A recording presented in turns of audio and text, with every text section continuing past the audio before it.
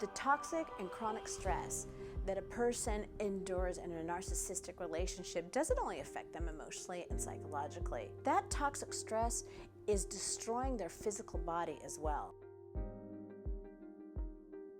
Fibromyalgia, cancer, high blood sugar, adrenal fatigue. The toxic levels of stress are physiologically changing our brain as well. It is not love if somebody gets fuel when they see you in despair.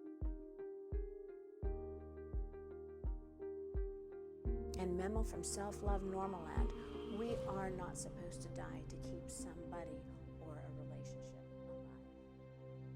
Well, hello everyone. It's Dr. Tracy with drtracy.tv, the place for self-love. It is non-negotiable. Before we get started, let me send out a quick few hellos. First off to my WIN facilitators. Thank you so much for being on the front line and leading these women to the journey to self-love so they can reclaim their life after narcissistic abuse. Secondly, to all of our existing students, hello everyone. I hope that you're enjoying this amazing journey on the road to self-love, being introduced to the most fabulous person in the world, which is you.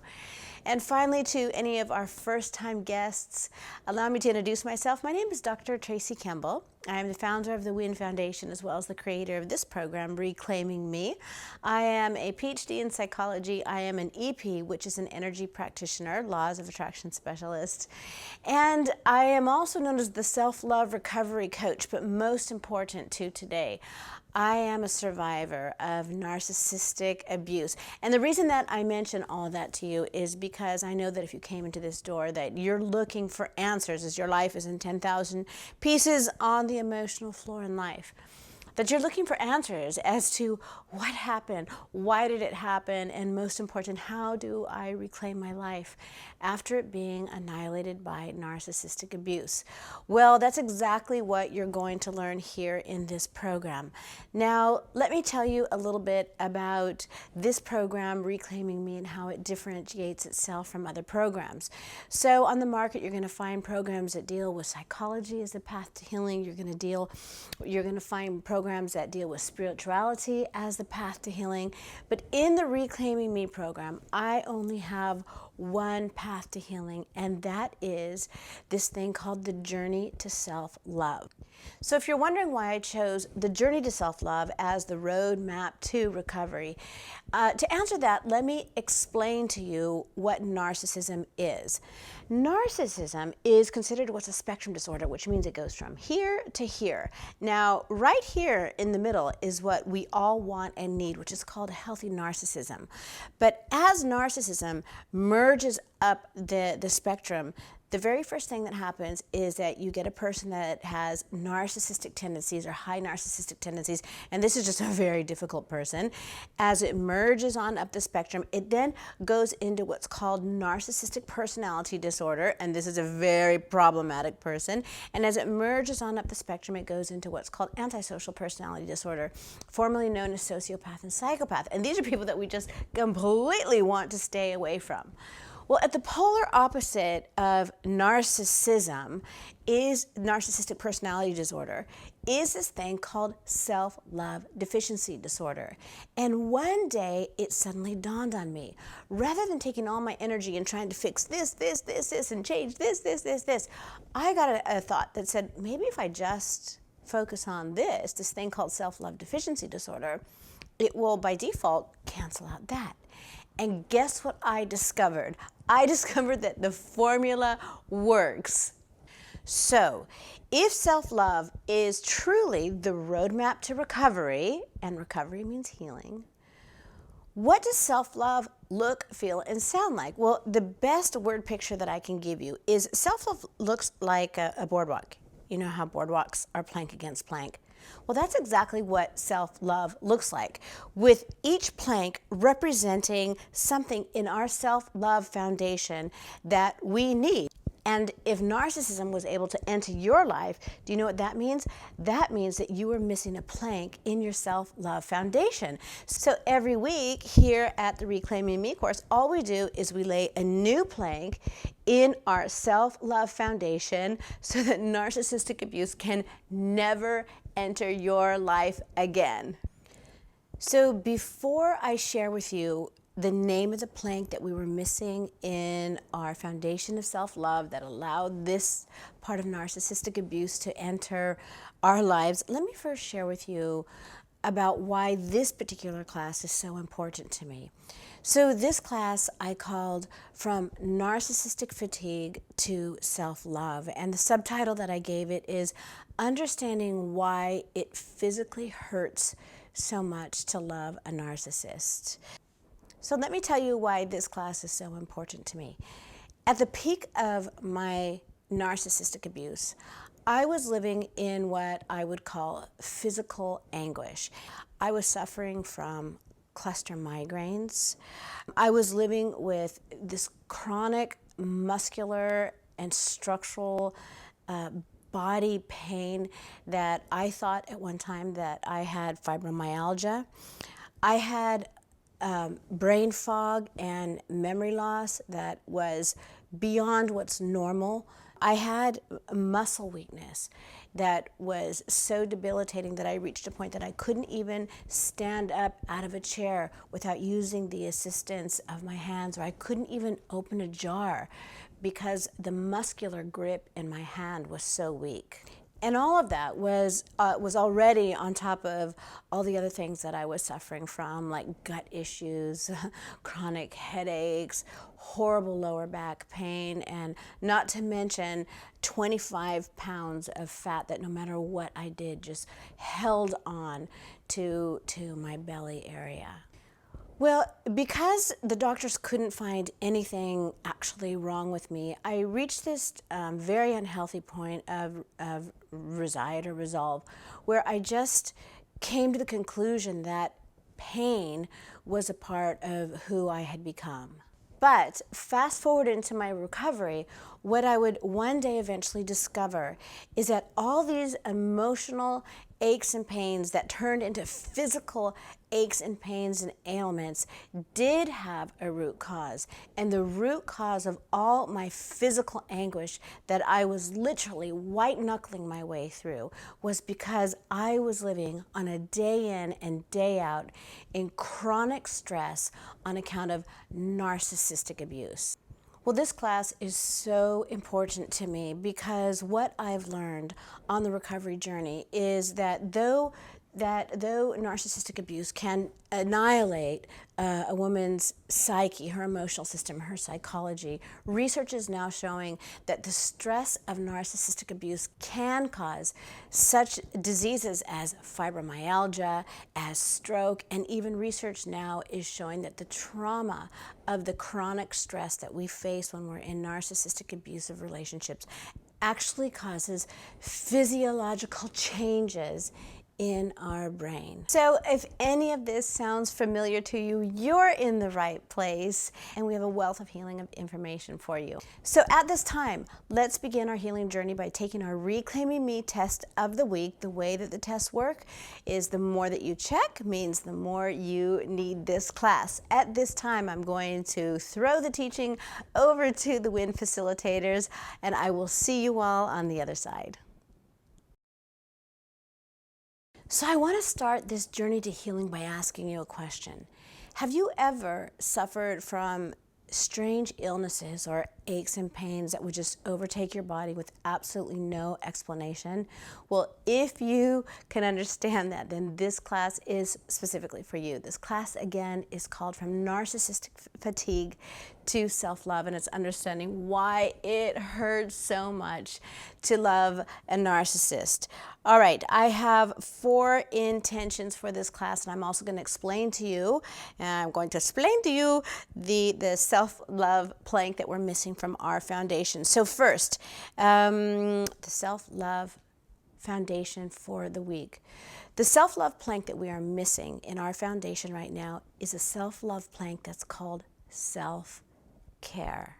That's right, self-care. self-care, because the only body that you are in charge of, memo from self-love normal land, is yours, not the people who you're sacrificing your life for, and especially not the narcissist. You are not responsible for that person's mind, will, body, or emotions. You are not obligated to take care of another adult's minds, will, or emotions. You're only responsible for yours. So we're going to learn this week how to self-care. My intention for the class, I have 3 of them today. Are you ready? Number 1, we are going to learn what is narcissistic fatigue. Number 2, we are going to learn how do we get it. And number 3, most important, we're going to learn how to heal. And part of that healing is laying that self-love foundation called self-care. Now, as we get started in the class, I want to give you my definition of narcissistic fatigue because, again, much like things in Tracy land, Tracy's recovery land, do whatever it takes to get well. I say my definition because you're not going to find the definition of narcissistic fatigue in the ICD because it is not recognized as an actual medical illness. But it is very real, and it is a very real physical condition, and here's why. Let me read the definition.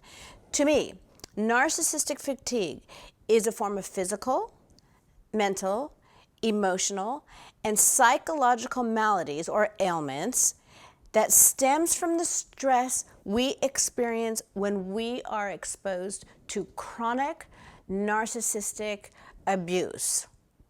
Boom. To me, the best way to describe narcissistic fatigue is to say that 4 different medical conditions all merged into one and created this thing called narcissistic fatigue. So what are the 4 medical conditions that merged all together? Number 1, burnout. Number 2, CPTSD.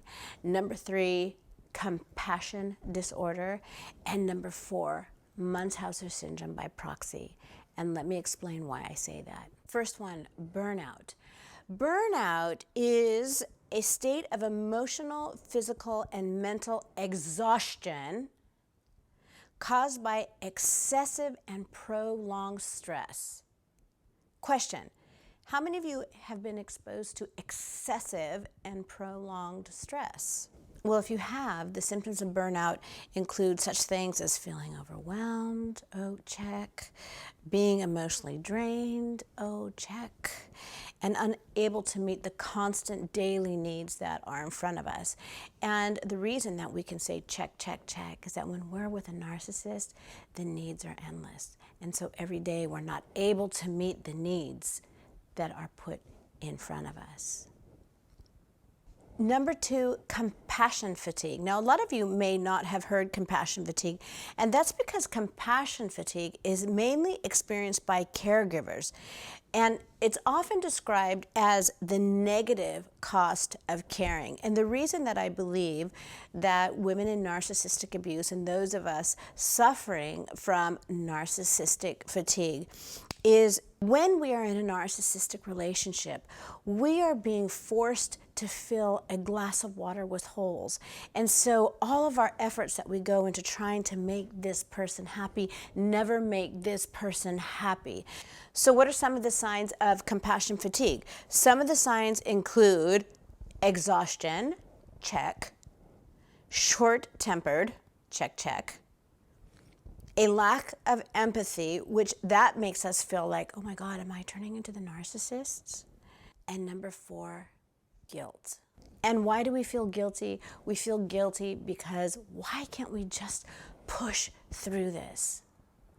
Number 3, CPTSD, which is a form of post-trauma stress disorder, only it's very specific to what happens to a woman who is faced with narcissistic abuse.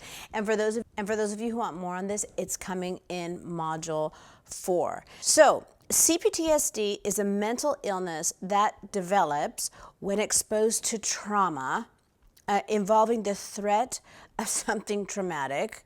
Or in other words, that means that we're exposed to things that are just very, very frightening, very, very overwhelming, and things that cause us a tremendous amount of stress.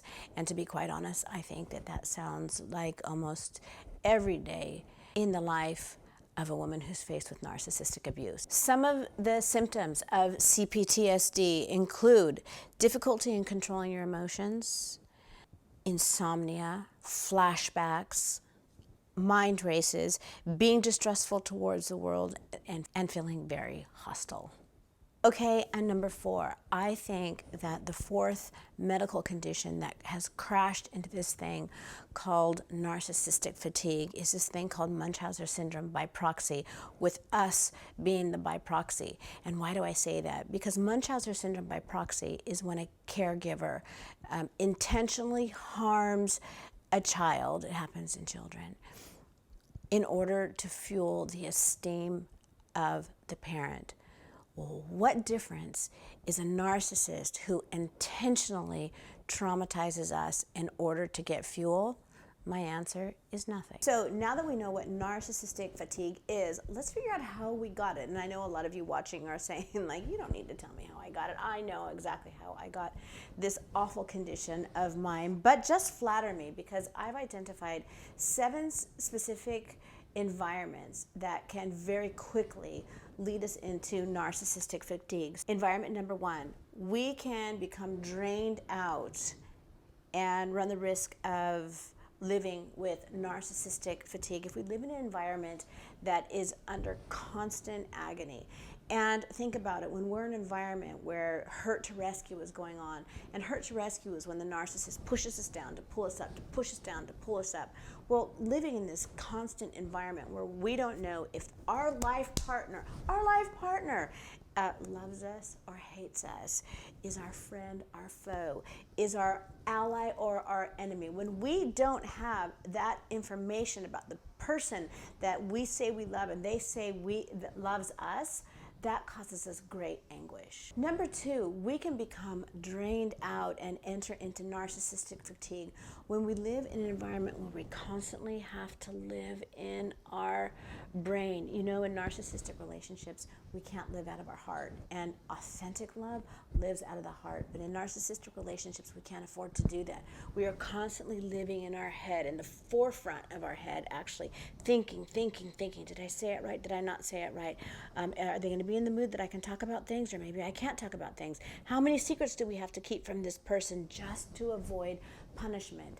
And when we are exposed to an environment where we constantly have to live in our head and not be human and live in our heart, especially with somebody that we have an intimate relationship with, well, this will drain us out and lead us towards narcissistic fatigue. The next type of an environment that can lead us down the road to narcissistic fatigue is when we live in an environment where there's never resolution. And in a narcissistic relationship, we never get resolution. In a healthy relationship, you have 2 adults, and when there's a fallout of any sort, these 2 adults, they get together and they have something called a dialogue. A dialogue includes 2 people exchanging information and thoughts and opinions. And these thoughts and opinions go into one collective space, and what comes out of that space is a win-win for both parties. Well, that doesn't happen in a narcissistic relationship. When you go to a narcissist after a fallout and you try to create resolve, you get blame shifting, you get gaslighting, you get somebody who's going to have an episode just to shut you down, or somebody who will walk out on you and never own their side of it. And so therefore there's never any resolve. We don't know how to solve problems within our relationship. And this constant lack of resolve, what it does, it sends us into cognitive dissonance. Did I say it wrong? Can I say it wrong? How am I supposed to say that? Maybe if I should have, maybe if I could have. And then we reach a point of emotional fatigue that eventually will lead into physical fatigue, which both of those combined on account of the stress of the narcissistic relationship lead us to narcissistic fatigue. Another area that causes us to slip into narcissistic fatigue is when we are exposed to crazy ruled environments. And let me tell you, narcissists, they have some crazy rules that say like my way or the highway, or rules that they actually believe that we're supposed to obey them, and if we don't obey them, they feel like they have the right to punish us. But here's the problem outside of the obvious with that one, is that Memo from Self-Love Normaland, we have not been designed to be controlled by another human being. And when we have to fight for the space that's rightfully ours, that can slip us into narcissistic fatigue.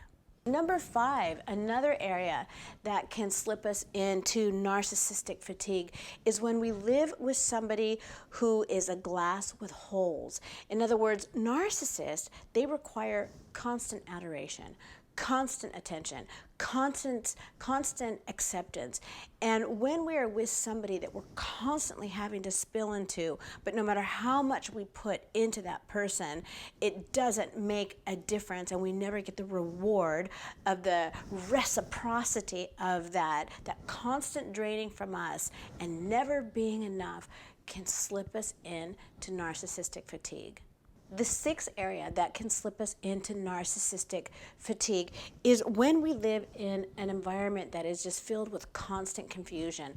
And that comes easy to spotlight when we live with all the gaslighting, or when we live with the blame shifting, or when we live with the fights over nothing. These types of environments can be such confusing environments, and when we are exposed to environments that causes that type of a confusion, it can slip us into narcissistic fatigue. But here's the thing, why do narcissists need to have us in a trip zone, as I call it? And yes, they do need to have us in a trip zone.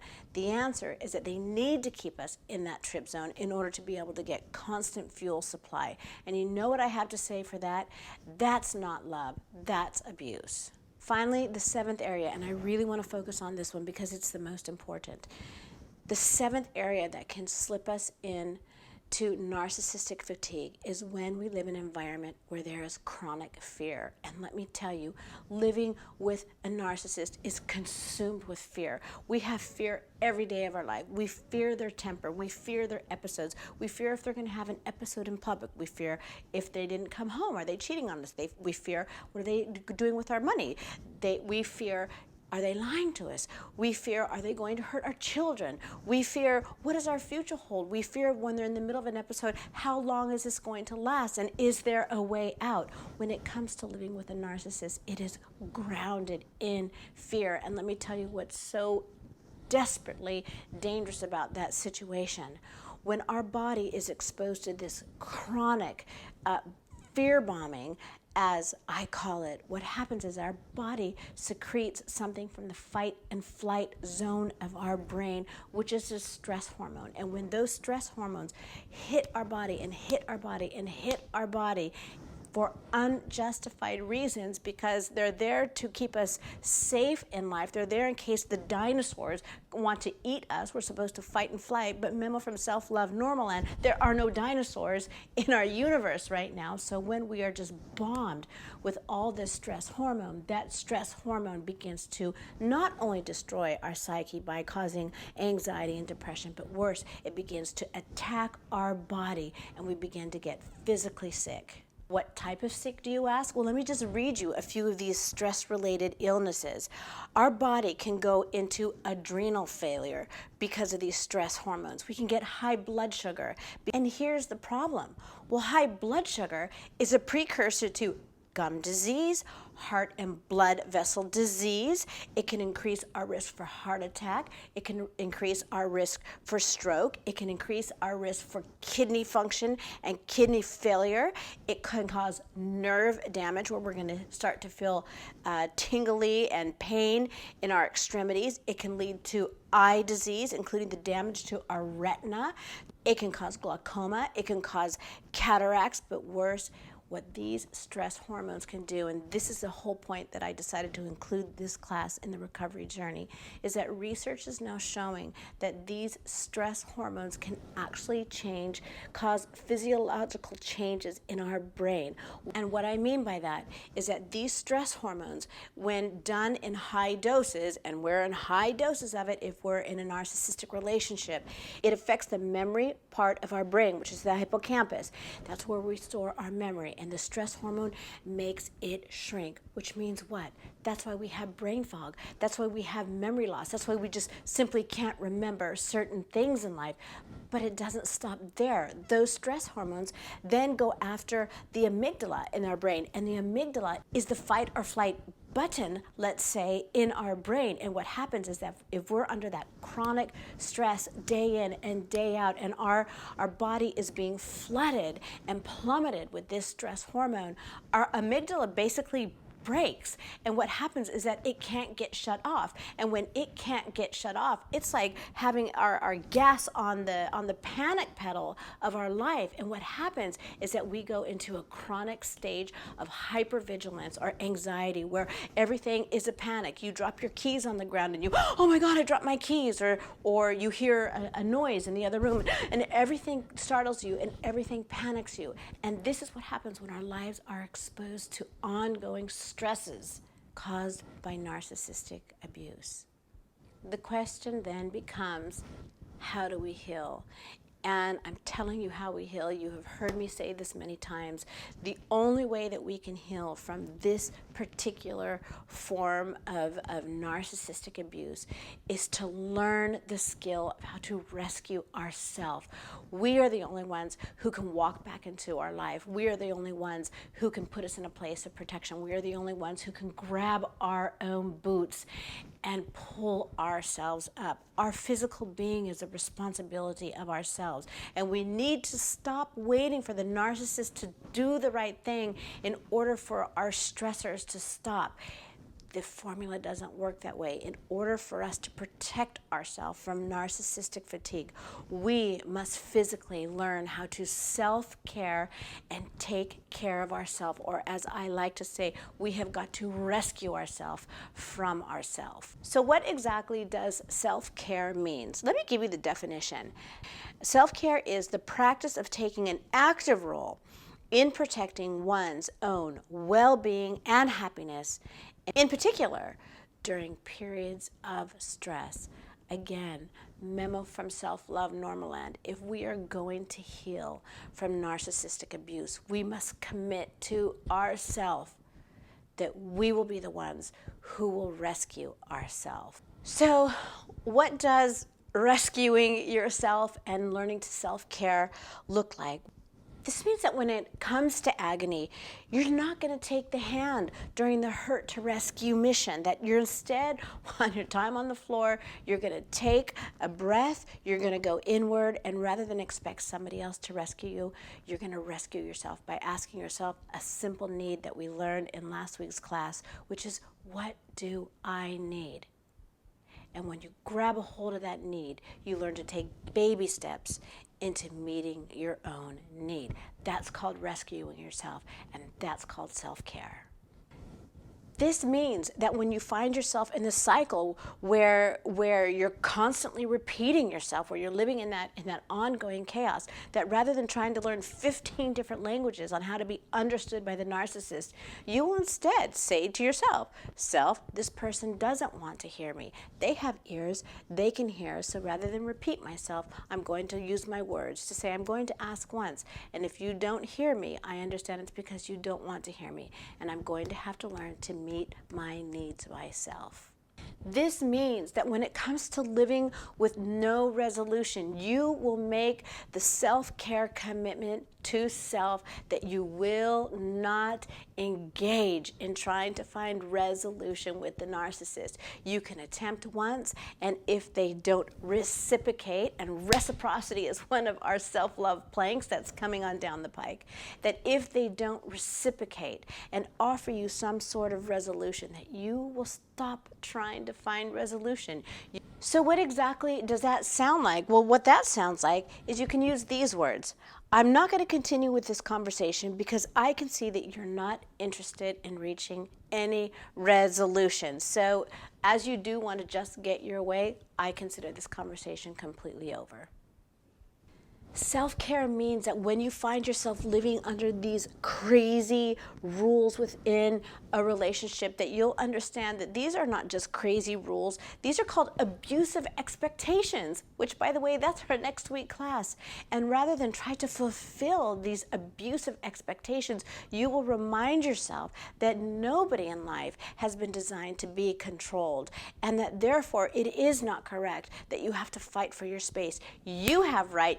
You know this one, Memo from Self-Love Normaland. You have the right to take up your space without apology. And finally, when it comes to living in fear, I'm going to tell you something that all of you have heard 100 times, but you're not remembering it. When it comes to love, there is no fear in love. And let me give you an example as to what that looks like. It reminds me of a story that a very special person in my life shared with me.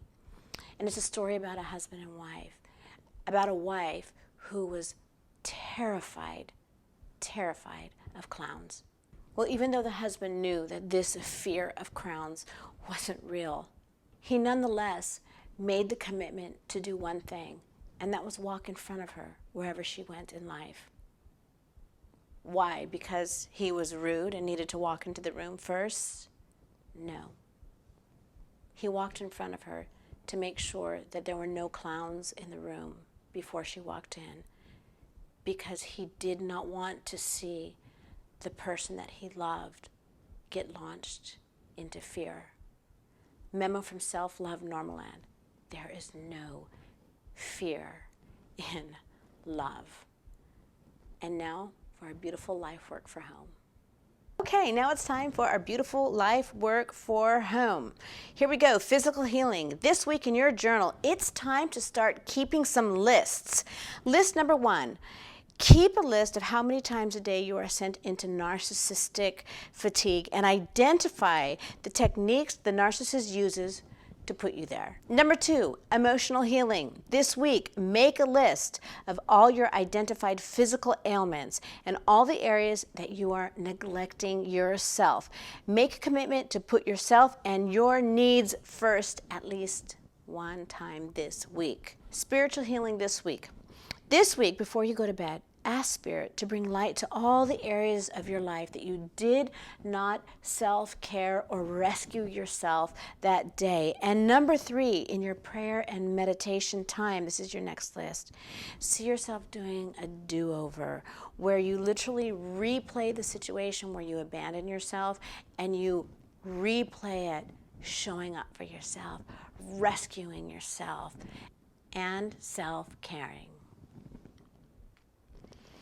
And finally, 4th area of healing this week, when it comes to narcissistic fatigue and not caring for yourself, what don't you want anymore? And more important, what do you want? And that wraps our class for the week, our class from Narcissistic Fatigue to Self-Love. I am Dr. Tracy. Ladies, it has been a privilege to lead you down the next step of the journey to self-love. At this point, I'm going to throw the class back over to our WIN facilitators, who will answer any questions that you may have about the life work for home, and then do the T-Tool collectively. And of course, we always want to hear about your takeaways. I love you all very much. And remember, when it comes to self-love, it is non-negotiable. I'm Dr. Tracy. Lots of love.